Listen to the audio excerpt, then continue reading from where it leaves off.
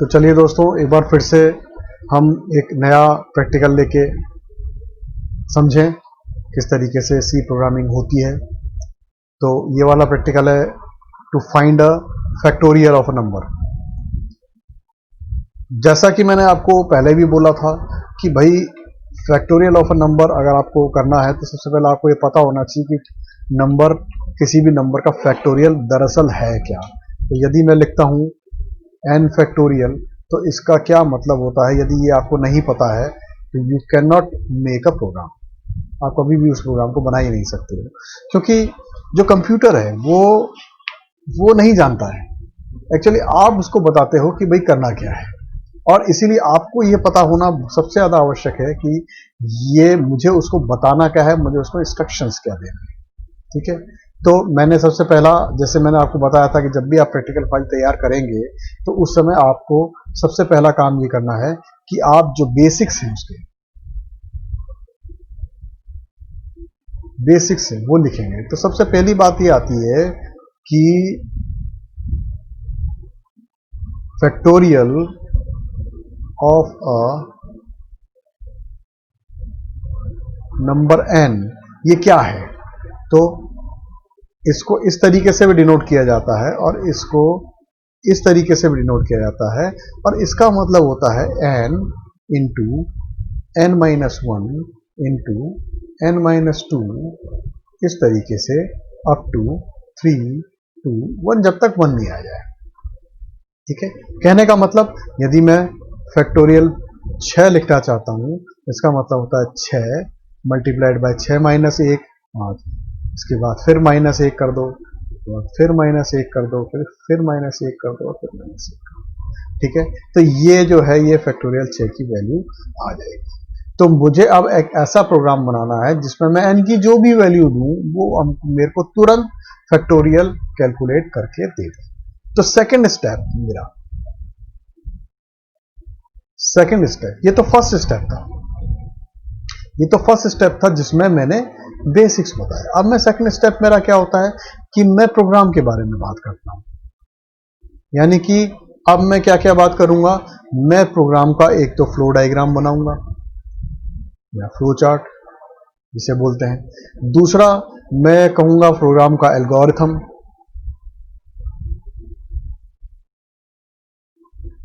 Algorithm का मतलब होता है कि यही फ्लो डायग्राम को मैं थोड़ा सा लैंग्वेज के रूप में लिखूंगा और ये बताऊंगा साथ साथ कि मैंने अलग अलग जगह पर क्या क्या कमांड यूज में दी है।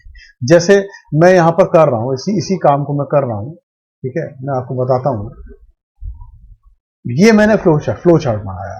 फ्लो चार्ट में सबसे पहले क्या होता है, स्टार्ट इसलिए लिखते हैं कि भाई आपको पता लगना चाहिए कि इस पूरे इतने बड़े जो हमें एक डायग्राम बनाया है, उस डायग्राम में कहां से शुरुआत करनी है। और उसके बाद इनपुट नंबर, तो नंबर इनपुट में मैं प्रिंटफ कमांड काम में लूंगा और स्कैनफ कमांड काम में लूंगा। उसके बाद मैं आता हूं, ये चेक करता हूं कि n ग्रेटर देन 0 है या नहीं है। तो यहां पर मैं इफ देन एल्स काम में लूंगा। ठीक है, यदि इस n ग्रेटर देन 0 है तो यस ओके, एक तरफ पे कमांड काम में आते हैं, और यदि ये n ग्रेटर देन 0 नहीं है तो ये कुछ दूसरा काम करेगा।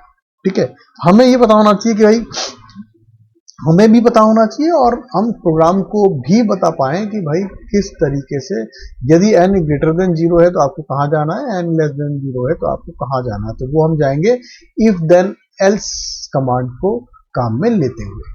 तो यदि n जो है वो ग्रेटर देन 0 नहीं है, n इक्वल टू 0 है, या फिर कोई नेगेटिव नंबर दे रखा है, ऐसे केस में हम क्या कहेंगे, ये प्रिंट कर देगा वापस से कि फैक्टोरियल नॉट एग्जिस्ट। ठीक है, और उसके बाद यदि हम चाहें तो यहां पर उसको बंद भी कर सकते हैं, तो इसके बाद प्रोग्राम चलेगा ही नहीं, उसके बाद दोबारा चलाना पड़ेगा, दोबारा काम करना है तो। या फिर ये पूछ लेगा कि भाई रिपीट करना है क्या।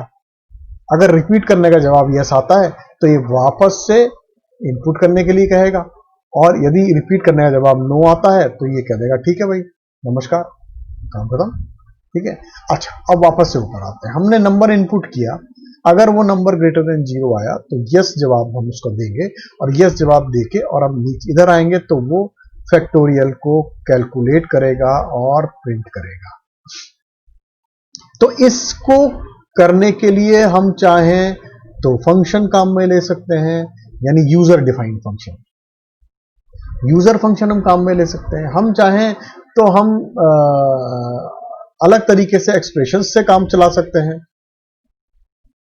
एक्सप्रेशन से काम चला सकते हैं। तो ये अपने ऊपर है कि हम उसको किस तरीके से काम में लेते हैं। तो ये हमने कर लिया। इसके बाद हम एल्गोरिथम बनाएंगे, एल्गोरिथम में भी यही सब चीजें लिखेंगे, लेकिन अब हम ये भी लिखेंगे साथ में कि हमने प्रिंटफ कमांड यूज में लिया, हमने स्कैनफ कमांड यूज में लिया, हमने इफ देन एल्स काम में लिया, ठीक है ना।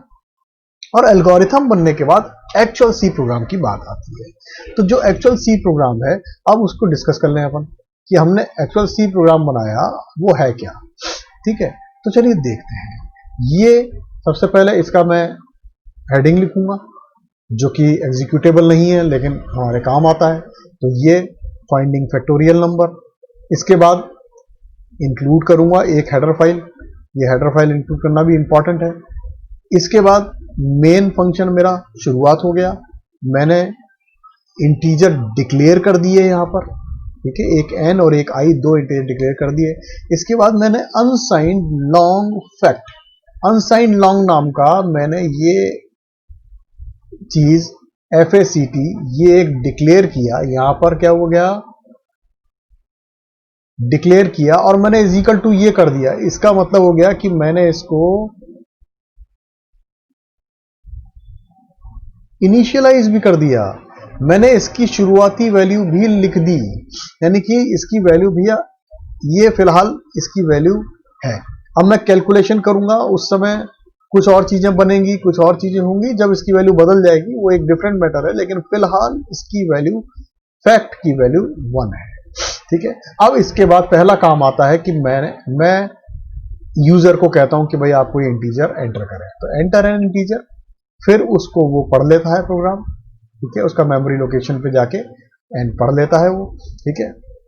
अब ये कहेगा show error if the user enter a negative integer, if n is less then 0 print F error factorial of a negative number does not exist.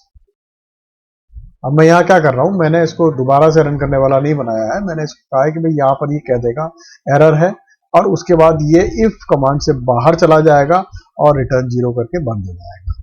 Otherwise अगर ऐसा नहीं होता है तो वो क्या करेगा, अब वो देखिए, अब वो क्या कर रहा है, i इज इक्वल टू 1 से लेकर i प्लस प्लस हर एक स्टेप पे चल रहा है, और i इज लेस देन और इक्वल टू n, यानी n तक चलेगा, और factorial star is equal to i। ये जो कमांड है बस यही इंपॉर्टेंट है समझने का।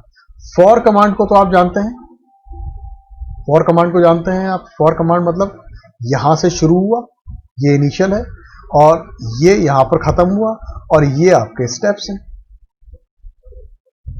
ठीक है ना। तो ये तो इस तरीके से चलेगा। अब ये fact star is equal to I, इसका मतलब क्या हो गया, fact star is equal to I, इसका मतलब ये हुआ कि factorial is equal to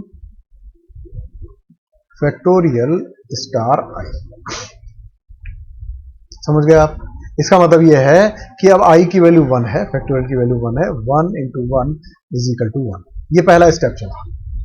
for command मान लीजिए मैंने अब इसको चला के देखते हैं अपन मतलब ना सिर्फ प्रोग्राम को चला के तो बाद में देखेंगे, अभी हम इसको देखते हैं कि स्टेप बाय स्टेप ये कैसे काम करता है। मान लीजिए मैंने n is equal to 5 enter कर दिया, ठीक है, यहां पर n is equal to 5 enter हो गया, ठीक है।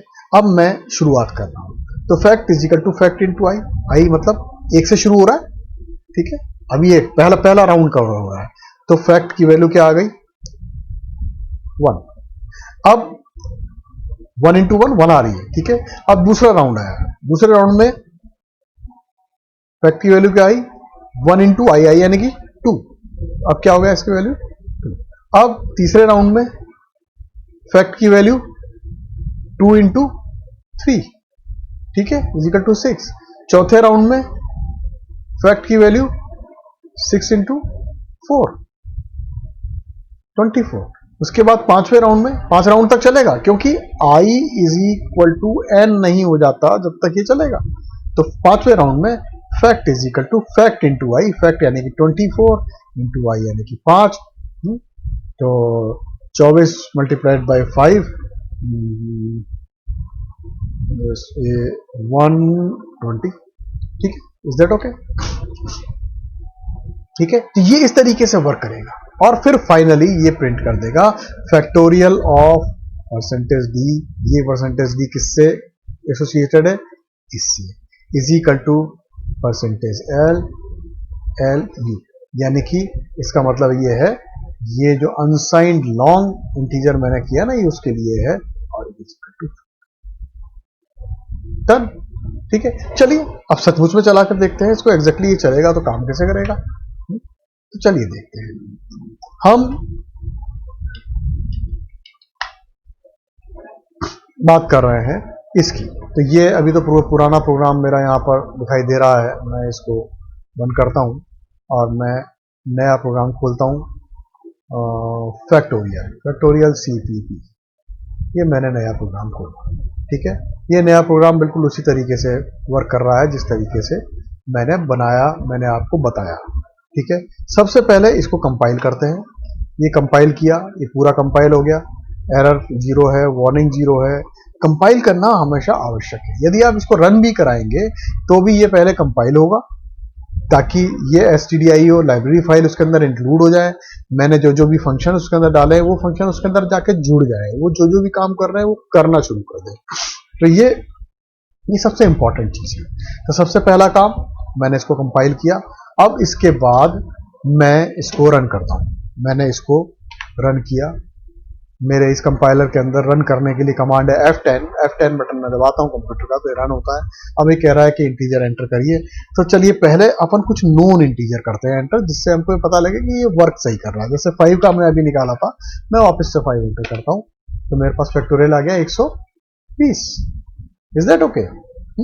चलिए मैं दोबारा से चलाता हूं इसको। मैं इसको इस पर 6 एंटर करता हूं तो 720 आना चाहिए आंसर, 720 आ गया। ठीक है, इसका मतलब ये वर्क कर रहा है। मैं इसको दोबारा से चलाता हूं। अब के मैं इसको बहुत बड़ा नंबर लिखा मैंने 120 का फैक्टोरियल निकालने की कोशिश कर रहा हूं। तो ये देखो क्या हो गया, ये क्या आया? 0। स्ट्रेंज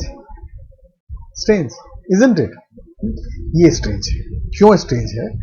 इसका कारण होता है ऐसे जो रिजल्ट जब आते हैं ना हमारे पास, तो वो रिजल्ट हमें ये बताते हैं हमारे प्रोग्राम में कोई मिस्टेक नहीं है। मैं आपको जैसे बताऊं, मैं इसको दोबारा रन करूंगा और अब के मैं इसको 12 लिखता हूं तो ये आंसर देगा।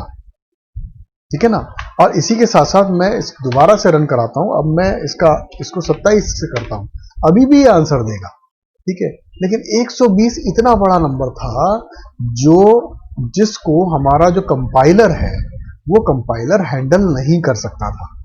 ठीक है, तो हमारा कंपाइलर उतने बड़े नंबर को हैंडल, देखिए अब मैं 27 का फैक्टोरियल निकाल रहा हूं, देखिए कितना बड़ा, कितना लार्ज नंबर आ रहा है। और तो 120 का निकालने की कोशिश करूंगा तो आप सोच ही सकते हैं कि वो क्या होगा। तो उसको हमारा ये कंपाइलर हैंडल नहीं कर सकता था, इसलिए उसने इसका आंसर नल दे दिया, खत्म कर दिया। उसने कहा भाई उसने एग्जैक्टली ये नहीं बोला कि मैं नहीं कर सकता हूं, लेकिन उसने आपको 0 आंसर दे दिया, जिससे आप ये समझ जाइए कि भाई ठीक है, नहीं हो रहा है इससे। ठीक है, तो ये कंपाइलर का प्रॉब्लम भी कई बार हो जाता है। हो सकता है आप कोई कंपाइलर डाउनलोड करें तो वो एक सर्टेन लिमिट तक काम करे, उसके बाद वो काम नहीं करे। जैसे यहां पर मैं अगर कहता हूं कि मैंने 50 लिया, 50 का देखें आंसर देता है, 50 का दे रहा है ये। ठीक है, इसके बाद और मैं ट्राई मारता हूं, जैसे सपोज मैं 99 का देखूं, नहीं दिया इसने। अब ये इसके बूते के बाहर हो गया। ठीक है ना? यानी 50 से 99 के बीच में कोई ना कोई संख्या ऐसी होगी जहां पर ये फेलियर हो जाता होगा और उसके बाद ये अपना काम नहीं करता होगा। तो ये कंपाइलर का डिफरेंस आ जाता है। तो इस बात को भी हमें ध्यान में रखना है, इसकी चिंता नहीं करनी है, हमारा प्रोग्राम बिल्कुल परफेक्ट बना है।